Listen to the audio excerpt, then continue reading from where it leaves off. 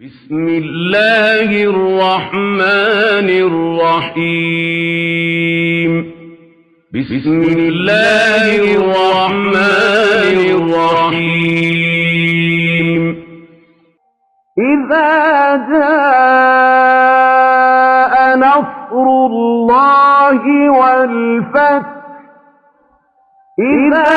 جاء نصر الله والفتح ورأيت الناس يدخلون في دين الله أفواجا ورأيت الناس يدخلون في دين الله أفواجا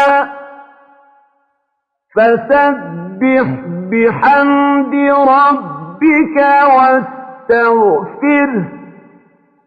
فسبح بحمد ربك واستغفره إنه كان توابا